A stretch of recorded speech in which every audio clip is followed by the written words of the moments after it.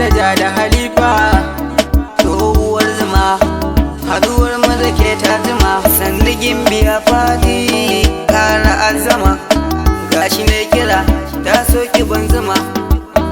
Ya lagyalgyalin banza mu za mu kore yan ƙarya, babu wanda ya zo gunki mu ne dinjiya.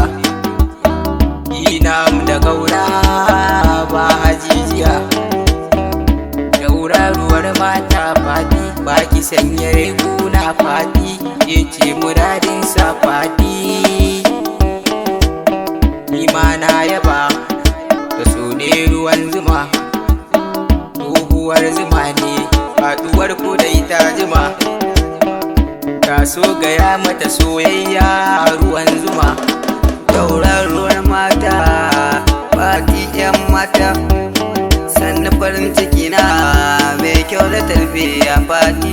Abba zo mu je gun fati, kaga gimbiya ta mai kyau da tarbiyya fati. Wanda duk ya kushe mun fati, sannan za mu dan bata fati. Ban ganin dukkanin wala in dai akan ki ne, rana wata mashe da suke ni na ki ne.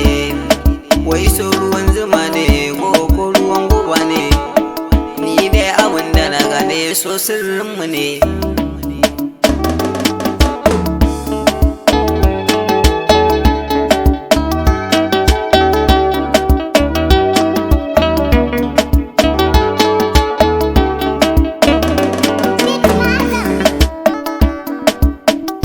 Na shaida ku kwa masoya ne ku biyu, kuna san junanku.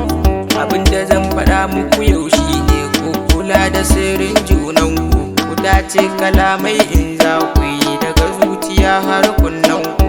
Allah ya bar ku a tare tunda dai kuna san junanku. Halifa da Fati ku biyu ai ba masoya ne, gaskiyar magana ne, na yarda so wani sirri ne. Halifa da Fati duk mun ya baka da kuwa ne.